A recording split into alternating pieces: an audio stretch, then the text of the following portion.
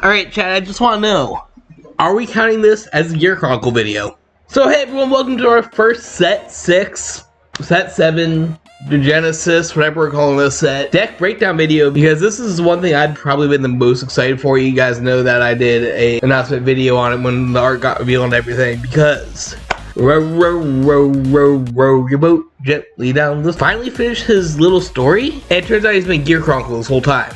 Today I'm going to be breaking down my initial build because it actually kind of slaps. So far I've been going pretty much X1 at every single locals I've tested it at, and then we'll follow that up with a couple of other deck suggestions if you don't want to follow the build word for word. So grab your green of strength because it is Tokea, and also because I recorded this basically right on St. Patrick's Day, it's I don't know, it's green enough, it counts. It's Chainsaw Man G Fuel, not sponsored. G Fuel, if you want to sponsor me, I currently don't have a drink sponsor. Power, best girl. That's on the deck box for Rifles. So to get things started nice and simple, of course, our ride line basically hasn't changed. I mean, grade 1 Rorowa, you make a token, but you do unfortunately have to ride this guy, so you can't be cheeky and use like Latte or something as your starter, or represent Landlord Nation. Then when he tells you he's been a time traveler this entire time, you get to retire one of your other rear guards, make 2 plant tokens, which you can do a couple of different things with. You can either use this as your booster setup and get 2 columns set up and get ready. If you don't want to field anything yet, you could just literally field 2 tokens on top of each other and make a 10k row that way. At that stage of the game, your opponent's gonna be either grade 1 or grade 2, so that is 2 attacking columns for literally no reason for free. So that's usually good. I mean, situational, depends what you're gonna do with it, because spoilers ahead, there is a card that you run with this deck. That aside, just make tokens with the red line, because you go to the next age. No, that's Chronoscommand. The point is that Rorowa is now BFFs forever with our good friend Chronoscommand as his stand.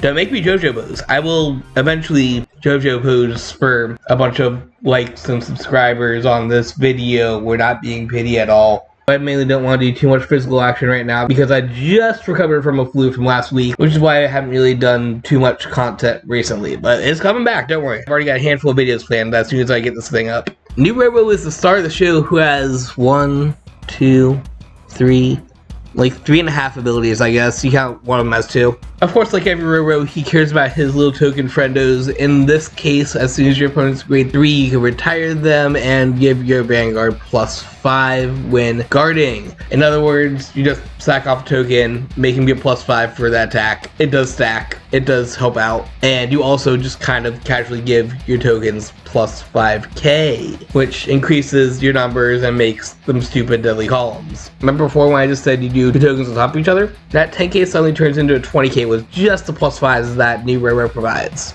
In addition to that, you can increase your army with his once per turn skill of Energy Blast 3, that being the only energy for the deck, letting you draw a card and create 2 tokens. Effectively, that's a +3 because you're making 2 units by spending none of them. And of course, this helps feed your friend Redalina and her pet dragon, in addition to, creating a small army for his main skill of giving them buffs and the ability to guard. But that's pretty standard for Rorowa, so what makes this version pretty unique and more of a Gear Chronicle unit is this last skill right here. When you activate, this is important, it is a main phase skill. I have learned this the hard way because, oh my god, parts would be broken in half if you did their battle phase. Once per turn, target a glittering unit, either a Rorowa or Redalina, from your field or soul, and send it right back to bottom deck. Then depending on what you sent back to deck, you can choose to activate one of 2 different abilities here. If you choose another Rorowa, you can select opponent's rear guard and send it to bottom deck. Gear Chronicle time control in itself. Boom, boom, boom. Sending cards back to bottom deck, always nice. Or what you're probably going to be using it for, if you choose a Redalina. Wait, hold on. I have read this wrong the whole time. I never saw that it said drop. Oh my god, this is better. Search your deck or drop. For 1 card grade -1, this is called Call It to Rear Guard. If you search your deck, shuffle your deck. I actually just fixed a problem that I didn't know I created. Just treating this as search your deck, this is effectively a miniature reverse time leap, meaning that you're sending a card back in and calling a card 1 grade lower from your deck. It's just, reverse of time leap. You just send a card to Biden's zone, call a card 1 grade higher. It's Gear Chronicle. This is once again Gear Chronicle. The cool thing here, though, which I have not read in my first few tournaments, stupidly, you grab from drop zone too. You revive stuff too. This is stupid. Oh my goodness gracious, me. So I was gonna tell you that there's like all sorts of cute combos that you can do, calling specific cards out of your deck or whatever, resetting your Redalina so you could draw them again another time. Imagine this, but now you can also recur from your drop zone. Now you can also get back the units that you know are there while carrying a card back in deck, so you're not decking out, while still resetting your Redalina, so you're still doing it the same way. Oh my god, this Yeah, grabbing from Dropstone just made this card a billion times better, and I didn't realize that for a couple weeks of playing this deck. That's adorable. So that is the boy himself. Of course, let's go ahead and talk about Redalina real quick, because that's the second half of the Rorowa combo. There are two Redalinas from the grade 2 to her evolution of the grade 3. Both of them have their own way of making a Momoke token, the little pet dragon that you see right here in the corner. This Momoke token is basically something that's a 5k just like a plant token. However, unlike a plant token, it can go nom nom nom and bore up a bunch of other units to get +5 for each one, which is good because it could also attack from the back row. That gives you a 4th attack in its own. In addition to that, Redalina's glitter ability is that you Soul Blast 1, choose one of your tokens in the same unit, it gets power equal to that power until end of battle. So effectively what you do with the original strat is you just make a Momoke, have Momoke go yum yum yum, eat up a bunch of guys, get huge, attack Momoke back row, then Soul Blast 1, attack with Redalina to gain the power of that Momoke for your 4th attack. Of course, 4 is a very low number. I like the number 5 as the number of fingers I have if you count my thumb. So let's get a 5th attack with grade 3 Lina now, shall we? Basically, your glitter effect reads that once your opponent's grade 3, noted, you cannot do this on your 3rd turn if you went first. After a Redalina attacks, she goes yum yum yum, eats up both the Redalina and the Momoke in that column to Superior Call herself from your hand. And then when you do that, you know, she gains the power of the Redalina and the Momoke. So this is your big. Even Momoke that's eating, what, 2 cards to be a 15k, 15 on the first swing, plus 10 from the Redalina, so that's 25 on the second swing. And then you're eating up that 15 and that 10 to get a plus 25, which makes her a 38k on her own. This is saying a really weak Momoke turn where you're not doing anything and not counting any other buffs from any other cards that you're gonna get. So that's just an example of how your attack pattern will work with this deck. Of course, because of that and because of how Momoke buffs, it's optimal to actually attack with your Vanguard first in here. And if you get any non-needed triggers or your opponent no passing, you just have to get a power somewhere, give the power to your little dragon, because you get multiple use out of that dragon since Redalina bars his power. Of course, while we're talking about Momoke, let's go over his new form real quick, or hers, or its. I don't know what gender we give this dragon. It's 2025, but I have heard that she got a pair. So Momoke all grown up is an interesting little unit because it's not quite a unit. It still counts as a token, ladies and gentlemen. This means that you can still get its +5 buff from Rorowa for no reason, making it 15k. And for sake of Redalina, who cares about token attacking, still doesn't count for this. Effectively, if you think about it that way, is a buffed up Momoke. I haven't even read any abilities yet. A couple small annoyances here. First of all, you cannot call this unit as you would normally. You have to specifically call it by retiring a Momoke token. Think about it, just like evolving your Momoke token into this Momoke unit. Then when you do, you have to go yum yum yum, blow up one of your own units in order to, well, summon it, I guess, but that's not part of its effect. So when you bring this out, you can also kill a opponent's units, giving you even more control. So if you do want to do your rare return, you do have to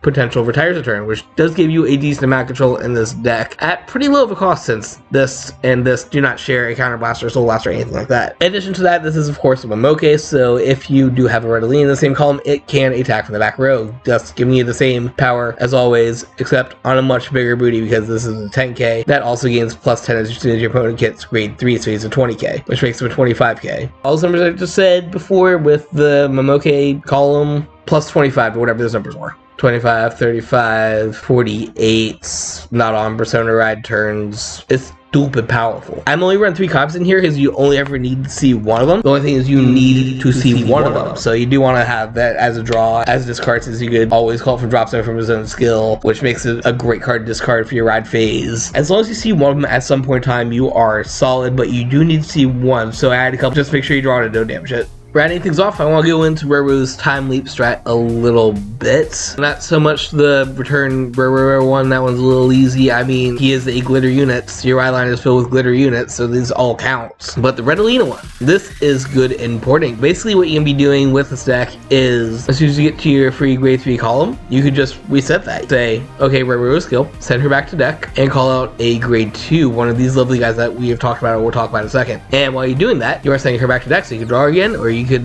add her back with a couple cards that we already run. So let's go ahead and talk about these two real quick. Not you, we already saw you. Not you, know you, we already see you. Here is a friendly broccoli friendo who goes really well with our token strat. We're only running 2 because it is kind of a win more kind of thing, but on call you can counterblast 1 draw card, which is always nice. Gives you a really good early game as well, because your entire ride line is generating tokens, which means you always have that active. And then with the second skill, making it a 15-10, you not only need to get a little guard out of it, which is decent, but the 15k plus your 5k trigger means grade 2 you will be swinging for 20 for no reason, really good. This is nice little beater, nice little reset card, and gives you a little bit of draw and guard recovery, which is always nice. Then for a Redline discarder of choice for deck, we're actually running the older one, Margaret. Not because the resource matters. I mean, you only ever use energy for Rorowa, so if you want to use the other one, go for it. The important part here is her Persona Ride skill. The one that says that when it's placed, if you Persona Ride this turn, counterblast 1, your opponent cannot intercept until end turn. All of your opponent's front row Vanguards cannot stand during the next stand phase. Effectively, this is old school Mega Colony on a stick. You got full stun block in terms of they can't restand, and you got intercept block if that matters, so there's extra 5-10 gay whatever shield. This is stupid.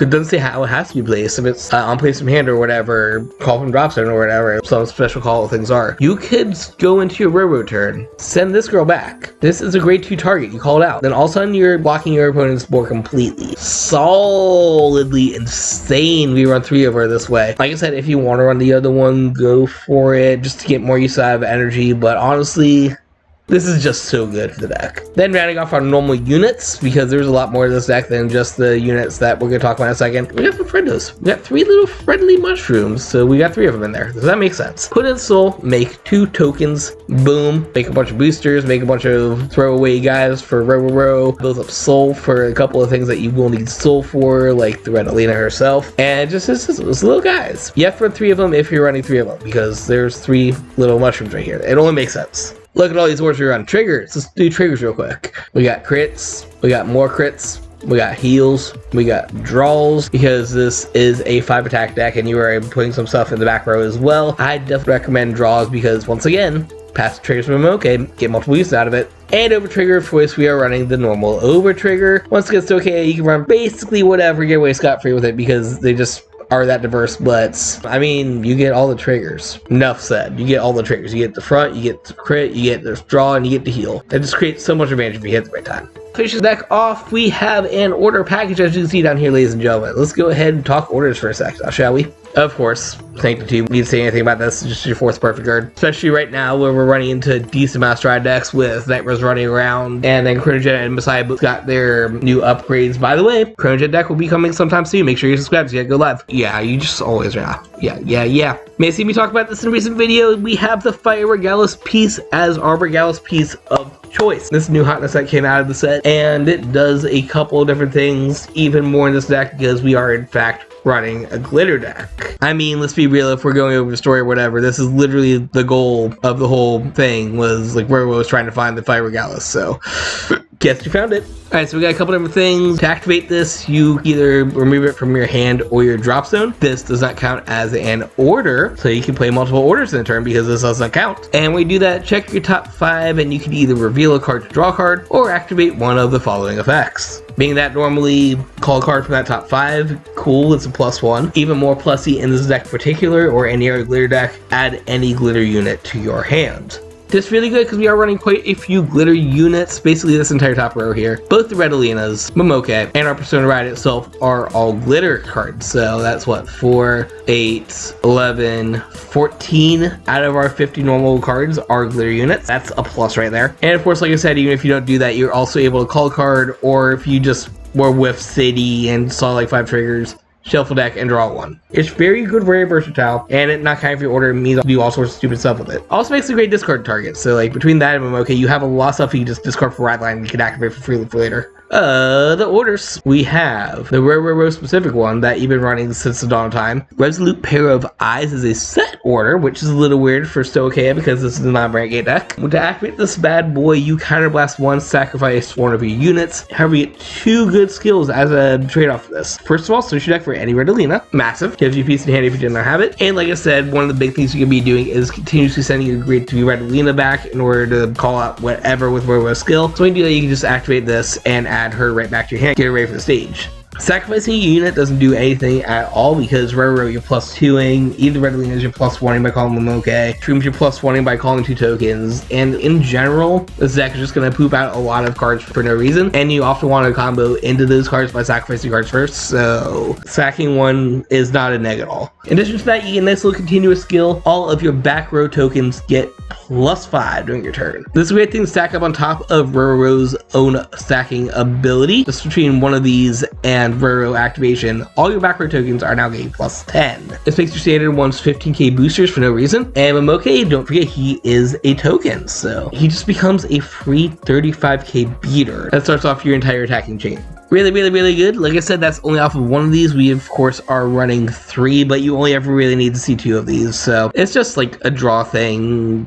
The more you play, the better off you are, but gold buffs is good. This is our pseudo crest. Then we got our own little search engine to go alongside of the Regalis piece. Honestly, if we want to, we could just run Zorga Ride with as many orders we're running here. He gets his own order, the Ever Rising Hope. This is basically an order version of a grade 2 that a lot of people are running. Take your pick there. Between the two, I like this a little better because it goes to soul, which is always good because you get a resource out of it. Check your top 7 for a glitter card at the hand. Cool. A less consistent search than Resolute Pair of Eyes, a more consistent search than Regalis piece. And it goes to soul. Good. And our final order is gonna go off of the fact that we've been soul charging a lot and not doing anything with that soul. Now, after reading that Rorowa's ability calls cards from drop zone as well, this isn't as important as it was before. But still, Soulbat, one to revive anything you give it plus 5 is your way to get around control decks. Or if you've used a piece that matters and you need to get it back. There you go. All reliable, I like this other right better. So that is the deck itself. Deck code may or may not be in the description below. I don't know if I want to just post there and you guys not watch the video because... But if you guys see up here, we do have 2 more tabs open because I want to show off a couple of tips and tricks with the deck besides the status quo. So here we go. Alright, so we got here a handful of cards you might want to consider running. Like I just mentioned with the order, Squirrel Girl here is basically a nice little trade-off for the order that I just mentioned. When it's placed from hand, you're able to check your top 5 for a glitter card, put in hand, and if you reveal a card, put this into soul. Like I said, I like the order a little bit better because it's a little more consistent, being that it goes to soul first and that you're able to look at 2 more cards because deck fitting is deck winning. However, this does have a nice body and you can stay on the board if you do whiff, which is a nice little refund. The only bad part is it says when placed from hand, which I do not like considering your deck's entire strat is to place from not hand. So basically everyone's running here, so it's gotta be good, right? Of course, this is already a cross-nation deck, so let's go ahead and talk about a handful of cross-nation cards. Less expensive one first, you grab her for about $10, and it probably works a little bit better for this deck because it deals with tokens. The fact that when in place, you can Counterblast 1, call a token, and then activate one of the following skills. Either buff all of your cards as superior call by +5, or buff your Vanguard. I would probably in this one go with the first skill, the one that buffs all your superior call cards, just because you are superior calling a bunch of cards out every single turn, even though this is just 5k tokens. I was originally running 2 of these in my initial build. They phased out because I didn't have room for them really, but I mean, if you want to run them, go for it. Then there's the one that people are actually going to talk about, but I have never touched this card because she's like $50. If you guys want to help support me on this channel so I can afford this card, make sure to check out my page on DCG Player. It helps go towards getting me expensive cards so I could play this expensive card, not just talk about it. On place, you can look at top card of your deck, put it on top of deck or discard, then Counterblast perform one of the following, so you get weird pseudo scryed that sets up drop zone, which is fine because still okay. You can either choose normal unit from your drop at the hand, good because we play a bunch of orders, or choose a grade 2 or greater from your drop and call it to rearguard. Once again, another way of calling out rearguard units from your drop. Effectively, this is another thing that would probably replace the spiritual body, but you don't really need because, you know, half the deck does this anyway. So win mores, but they're good win mores and just more consistency. Then of course we got the Wonder Twins here, Maple 1 and Maple 2, the villain Boogaloo. Let them say when your grade 3 is placed, you're able to call it out of drop zone, and there's a little bit of sequencing to calling both if you want to call both, but usually you just play one or the other as a tech one of. Pre-field, always good.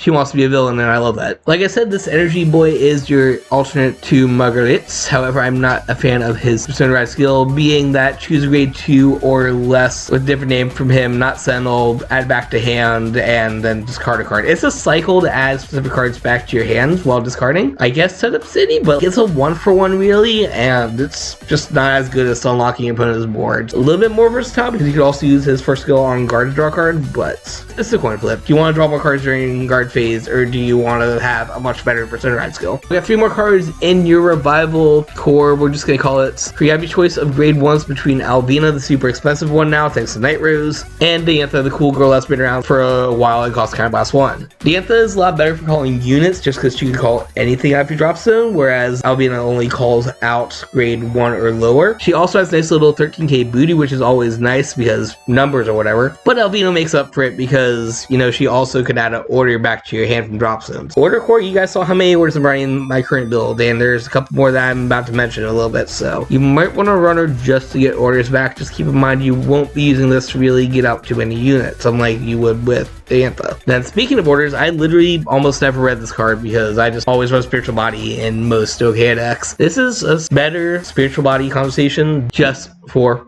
Rorowa specifically. You still pay a Soul Blast 1, but you have to be Roro. When you do, you choose a card from your drop, grade equal to or lower than your Vanguard, call it to Rearguard, and then if you have Redolina, you could also call it a plant token. Of course, it is a little more specific because you have to be a Roro, but at the same time, you get your +5 back by making a token, and the tokens also doubles up for basically anything you do in the deck. And yeah, it's just a more specific version of Spiritual Body that also gets you another body. Take your pick between those two, I guess. I don't know. Same cost. While we're talking orders, this guy's always good. This is your standard discard a card, put an order in drop zone, and you put an order from the drop zone that turn. You know what? You love it. Leo Odium lives off of this card until next set. Basically, with all the orders that we are running, and even just the core of Regalis Peace and Resolute Eyes or whatever, it's not a bad. Run a couple of these if you want to. I've seen some builds that run a couple. Then last few orders I want to mention, I of course have Ghost Chase, which is a really annoying guard card that lets you bounce any rear guard back to your hand in order to give your Vanguard a +5. This is really good for putting like a Redolina back in your hand, or another thing that has a nice little on-play skill like Squirrel Girl that we talked about earlier. Or if you just happen to field a trigger for any reason, put that back in your hand, use it as a guard. It's really good. Maybe not as good as it would be in other specific decks like Night Rose that just say, I'm going to call this over trigger, perfect guard back to field, but we're not doing hostage build in this, so I'm not going to talk about full hostage. We just Ghost Chase is a solid blitz order. Has been since the beginning of set 1, and it still is in set 7-6.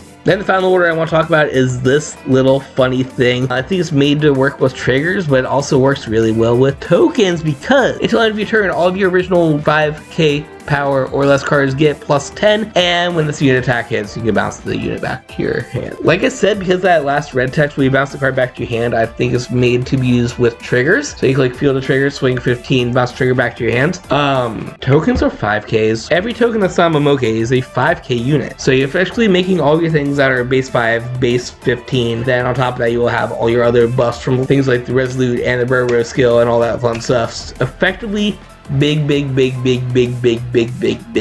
board for no literal reason, which just happens to have a nice little benefit of if you like call the trigger, you can bounce back to your hand, I guess. Of course, while we're talking power, let's talk a couple of power-up cards. I'm not going to go into every power-up card because if I just said everything token or power related, we'd be here for another 17 minutes. This guy was made for glitter decks. When it's retired by a card's ability, if your Vanguard is glitter, choose one of your grade 1 or less rear guards and it gets +10 till end of turn. You put this on Momoke. I don't know if you can use it anymore now that we have grade 2 Momoke, who's not a grade 1, but what you used to do with this is just eat up with Momoke, give Momoke another +10, so it's basically a +15 to Momoke with this card. A much funnier version of this I've seen in a couple of builds on Dexander is just an Energy Blast and rest this. Choose one of your cards that gets +10. This is a little better because not only does it give you a way to use energy, but also the +10 can go anywhere. You don't have to just stick it on your grade 0 Momoke token. So you can effectively just rest this, give power to your Vanguard, or give power to your non-Redolina column, somewhere that doesn't ordinarily get the power, and then just eat it up with Momoke, or let it chill out for a turn and just keep on doing this every turn. Not bad. I think the best part about this is that it is a grade 1. As you may have seen in the build, my only real grade 1 in the deck is the mushrooms. You don't really want to optimally call that out with your Redolinas unless you just need to make more tokens on board. So this gives you a good target for Rorowa to rush out when you put your grade 2 Redolinas back in deck.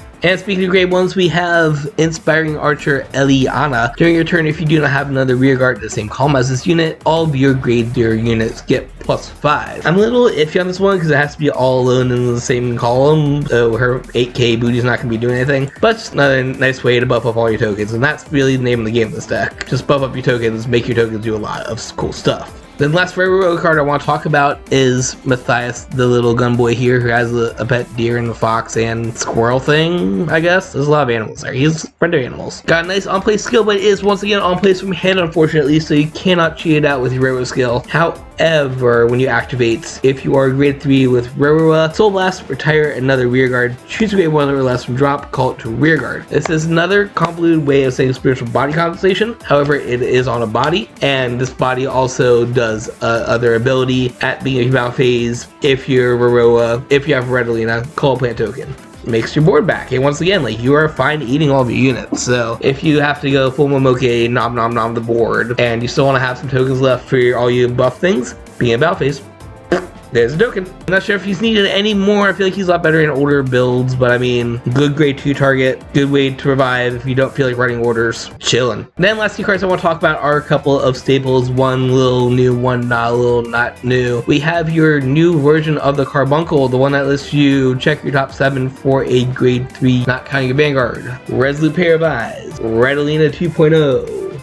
I think that's all of them, but that's still a couple of really good cards that you can search for that. Also gives you guard against strat decks, I guess, you know. Then speaking of guard, here is our new Guardian for the deck. It is a front trigger that goes to Soul. So I'm a little mixed on, like I said, I do think that you run draws in this deck, so fronts are not needed. However, it has a nice little ability of going into Soul after a guard. If you do need a lot more Soul, here's a Soul thing. I just think you run draws. But that was Rorowa, the 3.0 of Rorowa. What do you all know about this bro? Slow. Go. I ran out of things to rhyme with. I feel like this deck has a lot of potential as being somewhat different than the original Rorowa. Back in the good old days, it was basically still the same kind of rush deck, but it primarily was there just to make tokens and guard with them, so you could stall out forever while committing nothing to board. Now you kind of do the same thing, it's kind of the same strat, but you have a lot more versatility with it. The fact that you're able to send cards back in time and call out more cards, that you're able to full Gear Chronicle this thing and full toolbox to a timely bit. Like I just said, this is a very aggressive deck, where on average I've been finishing games off by my first Persona Ride turn on turn 4, just because like I said, those numbers ramp up really fast, especially when you're able to play like a Resolute Pair of Eyes or just hit that Persona Ride buff off your front row or whatever. The tokens are nothing to sneeze at. Like, these are base 15k tokens that just make your numbers stupid busted with very little effort. And because you're able to effectively build your board almost entirely off of tokens and reversibility, control means nothing to you. Hand manipulation means nothing to you. All you need is a couple pieces to really get the engine going. But this is where we're truly the best Gear Chronicle deck in all of Standard right now. Because there's also Chronojet, there's also Leolodium, there's also time. Bushiro, give him some support, please. He deserves it. And I guess we count Nirvana, Trickstar, and Trick. We are just baby Chronodrans. What other decks in the set have you been playing? I know I've got a handful of other ones to cover here in the channel, so make sure you are subscribed to see this all go live in the future. Also got a bunch of other videos currently planned. We'll be diving into my current project for Shadowverse. Should have a breakdown of the new Youthberg cards coming out soon with a special guest. And by the time that some of those videos go live, I will be down south for my first coast trip of the year. So there'll be some more attraction vlogs coming your way soon. If you guys want to help fund those trips, make sure to check out my page on TCG Player. Or of course drop me a tip on Ko-Fi. Both those ways do help go back towards the channel, funding things like equipment, new cars, trip planning, hotel, travel, coaster fees. Also, I bring you plenty of coaster and card game content. But until next time, I've got a whole bunch of Genesis decks to test out, so always embrace the infinite.